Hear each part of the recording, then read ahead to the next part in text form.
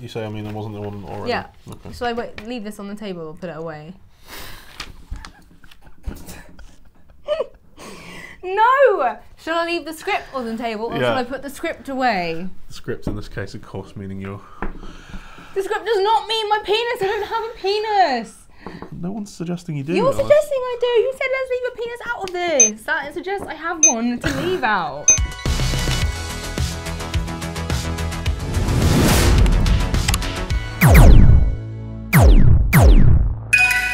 What up, YouTube? It's your boy, Ben Barrett. And it's your gal Al back again with another episode of The Weekend Escape. That is correct. This is a show where we tell you everything we've learned over the last 7 days of PC gaming. For example, I watched Frozen and learned the best way to deal with people that upset you is to freeze them out of your life completely. Is it not to let it go? No. Are you sure? Definitely not. No, Oh, okay. No. Well, I was just wondering because I think Rich is quite upset. I mean, do you not think that changing the locks on the studio was a bit extreme? Is he still there? Yeah, he's still there. I'm not entirely sure what he's doing, but he's definitely still there. I think it's fine. He'll learn. It's for the good of the show. I mean, is it? Yes. Okay. Let's do some news. You know, I've been thinking about moving to the moon. As in the moon? Yeah, it'd just be quieter, you know, and quite like cheese. Right, well, there are those companies online that will sell you an acre of Moonland, and then there's Cloud Imperium, the developers of Star Citizen. Oh yeah, they're in the property market now, aren't they? Sort of. They've started selling licenses for virtual land in the game. They're $50 each and entitle you to a 4x4 kilometre area on the planet of your choosing. But Star Citizen isn't finished yet. No, it is not. So what you actually get is a claim beacon. It's like a pole that you stick in the ground to establish the boundaries of your new trade outpost, mining operation, or whatever. Only right now there's no way to stick a pole in the ground in Star Citizen, so it's more like just a stick.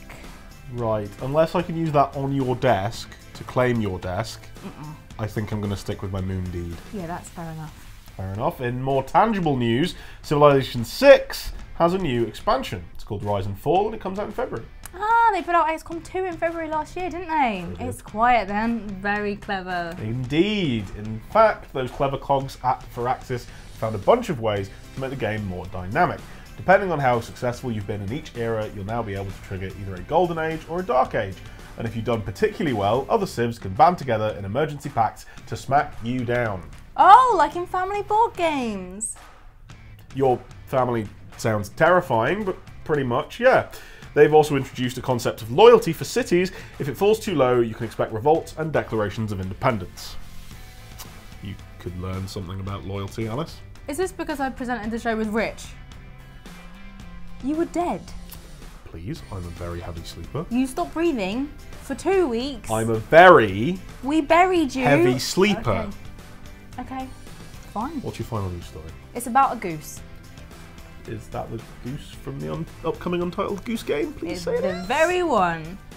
It turns out it was inspired partly by a popular video of pandas on YouTube. It's the one where they cause havoc for their keeper, stealing brooms, knocking over buckets, and generally making her job a nightmare. Kind of cute when pandas do it though. Geese get like a way worse rap. Yeah, geese need a better PR. They should probably get the same one that the pandas have. Agreed. Until then, we'll continue to consider geese annoying, just like these other characters from the world of PC gaming. It's hard to pinpoint what's most annoying about Oblivion's adoring fan. Is it his shock of impossibly yellow hair? Something to do with his eyebrows? Maybe it's the way he over-enunciates every word. Somehow, even in a world designed to make you feel like the most important person in it, this NPC manages to come across like an unbearable suck-up. He's so hateful, in fact, that YouTube has an entire subgenre of videos about killing him. Mostly in extreme and unusual ways. Here's the worst bit. Even death doesn't stop him. A few days later, he'll come back and pick up where he left off, like a sort of knobhead Jesus. For a while there, BioWare had a habit of saddling you with a really boring bloke right from the beginning of their games. Carth Onasi was the epitome of this trend, appearing at the start of Knights of the Old Republic and clinging to you like a barnacle on the bottom of your spaceship. He's a crack pilot, decorated soldier, and incredibly straight-laced. That wouldn't be so bad if he didn't go off on one every time you so much as exchanged numbers with the dark side. Listen mate, I don't know if you've ever seen Star Wars, but acting like a spoiled child is exactly what being a Jedi is all about.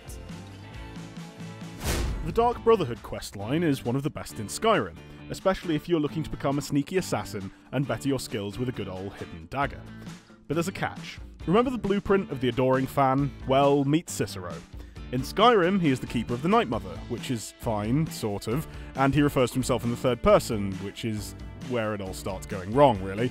Because of his bothersome, obnoxious, and strange personality, partnered with his annoying high-pitched voice and flamboyant attire, Cicero is considered mad by many. I mean, I'd think it was the fact that he talks to a dead woman in a coffin, but you do you. Looks like Cicero's not the only one to go a little crazy from time to time, eh? Listener? Nico, it's Roman. Let's go bowling. Yes, Roman, you might very well be, and bowling sounds lovely, but not right now, okay? I'm currently in the middle of something. Can I call you back later? Or how about you wait for me to call you? Might sound alien, but I am the main protagonist in popular 2008 game Grand Theft Auto 4, so please just leave it, yeah? If that weren't annoying enough, Roman Bellic also lies a lot about his lavish lifestyle and is constantly getting into scrapes with various loan sharks, including the Russian and Albanian mafias. I guess it's more difficult than you'd think running a taxi depot. If anyone ever calls themselves trustworthy, like trusty Patches of Dark Souls for instance, you know to be wary of them. You might remember him as the guy who flips a lever as you're crossing a bridge, sending you tumbling into the abyss, or the man who entices you to look over the edge of a cliff before booting you off. And if you're a cleric, then God help you, because Patches certainly won't. After all that, he has the audacity to ask you whether he's still your friend. Patches, matey, this game is hard enough without you. Sale time! Yay! We're in the Steam Autumn Sale come down this week, but that doesn't mean you should sew your wallet shut just yet. No. Total War Rome 2 Emperor Edition is currently on sale with 66% off until December the 4th, which is an awesome deal. You can also pick up the new DLC, Empire Divided, with 10% off. Me and Rich played that the other day on stream, and it was like Total War Rome 2 for dummies. Yeah, you were pretty lost through most of that, but Rich's face was just too pure. He was definitely in his element. Anyway, this is the definitive edition of Rome 2 with an improved politics system and overhauled building chains, as well as rebalanced and improved visuals in both campaign and battle. This will also include any content and feature updates that have become available since September 2013. The goal of playing Rome 2, of course, is to become the world's first superpower and command the ancient world's most incredible war machine. Yeah, this doesn't sound like a you game at all. However, I know the next game is totally you. Well, I do like the sound of my ascension through military, economic and political means to make people both admire me and be jealous of me. Anyway, the next game is the Elder Scrolls Online Gold Edition, which has 50% off at the moment until the 7th of December. Oh yeah, this is totally my thing. So this edition comes bundled with 4 of its DLC packs, including Imperial City, Orsinium, Thieves Guild, and the Dark Brotherhood. The Dark Brotherhood again. Can we never escape them? Not if you killed, and we both know you have. You can explore Tamriel on your own, with friends, guild friends, or thousands of internet strangers. It's a big old MMORPG that allows you to become the main character in your own fantasy quest. Delve into dangerous caves in Skyrim, craft quality goods to sell in Daggerfall, engage in player versus player battles, or spend your days reading the many books of lore you'll find scattered across the world. The choice, as they say, is yours. Sounds peaceful. Which bit? The reading, obviously, and the crafting bit. No, not the mass murder of local species bit. Oh no, don't be silly. No, You that's don't the bit I play thought you'd be into. You don't play RPGs to fight? What's wrong with you? Anyway, this next game sounds much more like you, Ben, seeing as you hate reading so much and prefer bloodshed. I mean, go on. It's Splatter Zombie Apocalypse, which has 75% off until the 12th of December. Splatter. Zombies. Okay, alright, now you're talking. Told you. Splatter is a top-down shooter with a film noir single-player campaign. You have to fight against all sorts of monsters through gory splatter effects and destructible level environments. Mow your way through an apocalyptic city in the story mode and then test your skills in the survival mode. You know what? That does sound fun. But why play games when you can contemplate them while reading their patch notes? Big boy Ben Barrett back in the TLDR arena. You may wish to stand away. The radius of my victory celebration is pretty significant.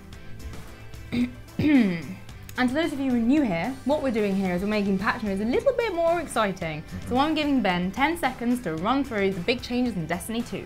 Are you ready? 10 Earth seconds. 10 Earth seconds. Okay. Are you ready? Yeah.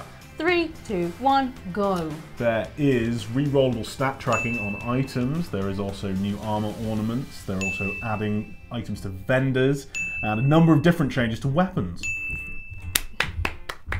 Quite a short one this week, wasn't it? That was quite a short one. Well, we're getting there. We're getting there. I'm going to get you to tell me everything that's happened in the Doomfist update that's coming to Overwatch in the very near future. And what I've done is made sure that absolutely nothing you can do will help you cheat this week. Oh, yeah? Unless you get some sort of insane outside assistance from a massive multicultural corporation with many offices all around the world. I don't think you're going to beat me on this one, and let's be honest, how many friends do you have in places like that?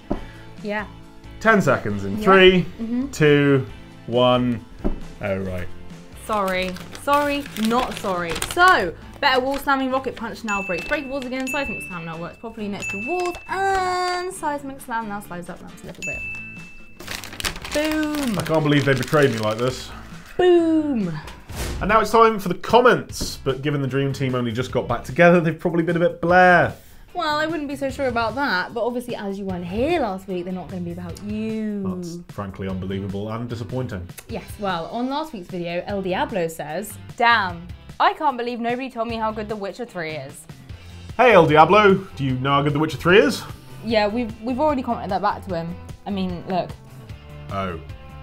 Well... Yeah, I mean, say it again if you want. I'm sure El Diablo will appreciate it. I think I'm good. Next up, we've got Sonium, who says, we need EA to make Command & Conquer Battlefield. Didn't we have one of those already? Well, true enough, there was CNC Renegade about 1,000 years ago, but I think Sony was right, and EA do own both Battlefield and CNC. Potential. Now, you're not going to like these next two, because they're about Rich. Rich? Yeah. I said I wanted nothing more to do with him. Yeah, He's well... barred from the office. And you've changed the locks in the studio. Yeah. Yeah. Well, his video about the 8 new features coming up in the Civ 6 expansion did really well. So Luke Strachan says, "Your way of speaking is at once decisive and soothing and clear. You possess a fine command of the spoken word. The expansion seems promising." And Rupp says, "P.S. You kinda look like Thor." Those are the precise qualities that make him so difficult to work with. Nobody ever says I look like anyone, except for Zach Galifianakis. Is this you asking for compliments from the viewers? Maybe. Right. Well, Luke, I'm glad the Civ 6 expansion looks promising to you, and make sure you keep checking back on the channel for more Civ 6 stuff and more of Rich's lovely face, so make sure you sub. Wait, hang on. You're asking for subscribers, but I'm not allowed to ask for compliments. Well, one of them benefits the show, right? Yes, a confidence boost for me would be a great boon to the show. Right, should we just end it here? And that's the end of the show. All that remains is to wipe the smudge marks off the studio door. What do you mean? You know, where Rich has breathed on it. Oh, you should talk to him. I prefer to let it fester until one of us snaps and kills the other. Well, that's healthy. Well, have a good weekend, everyone. Remember to like and subscribe for more PC gaming news and unresolved relationship issues. Ah, the perfect combo. Goodbye. Bye. Ben, just because I'm using the word "it" doesn't mean I'm talking about a penis. Listen, that's enough about your penis. We're in the workspace right now. Can you calm down?